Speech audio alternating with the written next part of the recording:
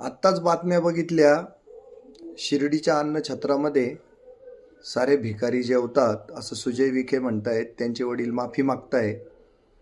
ते संजय गायकवाड का काय बुलढाण्याचे आमदार म्हणतात मतदारांपेक्षा वेश्या बऱ्या, 2-2 हजार रुपये मताला भाव दिला. आणि अजितदादा म्हणतात तुम्ही मला मतं दिले म्हणजे मी काही तुमचा घरगडी नाही झालो. भोगा आपल्या कर्माचे फळं. 500, 1000, 2000, 3000 रुपये फुलीनं मत विकणारे तुम्ही आम्ही आज किती लोक आहोत असे? किती जण आहेत?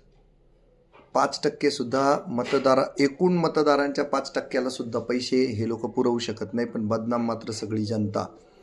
झोपडपट्टीत 10%पेक्षा जास्त लोकांना ते पैसे वाटू शकत नाही, पण पूर्ण झोपडपट्टी बदनाम.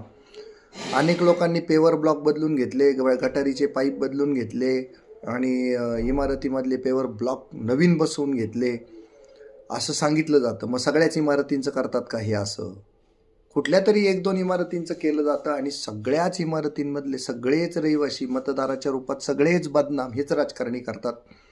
मग अशा राजकारण्यांना तुम्हीच भीक घालायला नको. मतदारांनी आता स्वतः सुज्ञ झालं पाहिजे.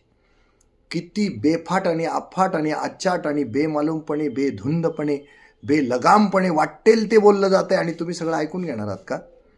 हे कुठंतरी थांबायला हवं आणि हे थांबवणं हे मतदार राजाच्या हातात आहे. मतदारांनी आता विचार करायला हवा की आता कोणाला मत द्यावं. हवेला मत द्यावं की चांगल्या माणसांना मत दिलं तर ते निवडून येत नाही म्हणून माझं मत वाया जातं असं समजून मत न द्यावं, की मताची साक्षरता काय आहे ती खऱ्या अर्थाने जाणून घेऊन मतदान करावं. ठरवा आता तुम्ही. बघा आता कसं आहे ते. अजितदादा काय म्हणाले? मत दिलं म्हणजे मी तुमचा घरगडी झालो नाही. संजय गायकवाड काय म्हणतात? मतदारापेक्षा वेश्या बऱ्या.